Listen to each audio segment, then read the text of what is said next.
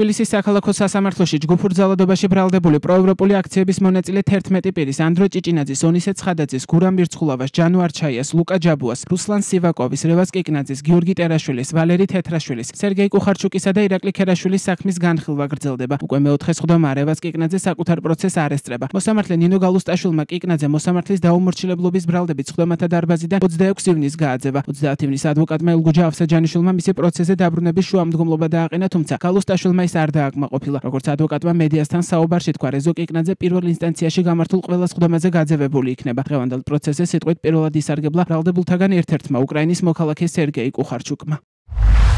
პირველად ხედავ პატიოსანი და უდანაშაულო ხალხი ისკნენ ბრალდებული სკამებზე. ჩემი მისამართით ბრალდება არის უსაფუძვლო. დაკავებულები ვართ და ჩვენს მიმართ გამოყენებულია არასამართლიანი ბრალდება. მტკიცებულებები, რომლებიც ფიზიკურად არ არსებობს. აღშფოთებული ვარ პროკურატურით და სამართალდამცავი ორგანოებით. ჩემი აზრით, სასამართლოში სიცრუეა და არ არის სამართლიანი სასამართლო. გაუმარჯოს საქართველოს, დიდება უკრაინას. 9 ივლისს გამართულ პროცესზე ბრალდების მხარის ორი მოწმე, საქმეში დაზარალებულად ცნობილი საპატრულო პოლიციის წარმომადგენელი მზია ცერაძე და თბილისის მერიის დასუფთავების სამსახურის თანამშრომელი იოსებ მამადაშვილი დაიკითხა. მზია ცერაძემ პროცესზე პოლიციის დაზიანებული მანქანების შესახებ ისაუბრა, თუმცა თქვა, რომ არ იცის მანქანები კონკრეტულად ვინ დააზიანა. მისი თქმით, თუ სასამართლო დაადგენს, რომ 11 პირს მანქანებისთვის ზიანი არ მიუყენებიათ, მას პრეტენზია არ ექნება. საწინააღმდეგო დასკვნის შემთხვევაში კი პრეტენზიას გამოხატავს. მეორე მოწმე იოსებ მამადაშვილმა რუსთაველის გამზირზე 2024 წლის 28 ნოემბრიდან 4 დეკემბრის ჩათვლით დაზიანებული ლითონისა და პლასტმასის ნაგავშემკრები ურნების შესახებ მისცა ჩვენება. მისი თქმით, თავად ნაგვის ურნების დაზიანებას არ შესწრებია და ფაქტის ამსახველი კადრები ტელევიზიით ნახა. პროევროპული აქციების მონაწილე 11 პირს ბრალი საქართველოს სისხლის სამართლის კოდექსის 225 მუხლის მეორე ნაწილით აქვს წარდგენილი და 4-დან 6 წლამდე პატიმრობას ითვალისწინებს. ბრალს არც ერთი დაკავებული არ აღიარებს. მომდევნო სხდომა 11 ივლისს გაიმართება.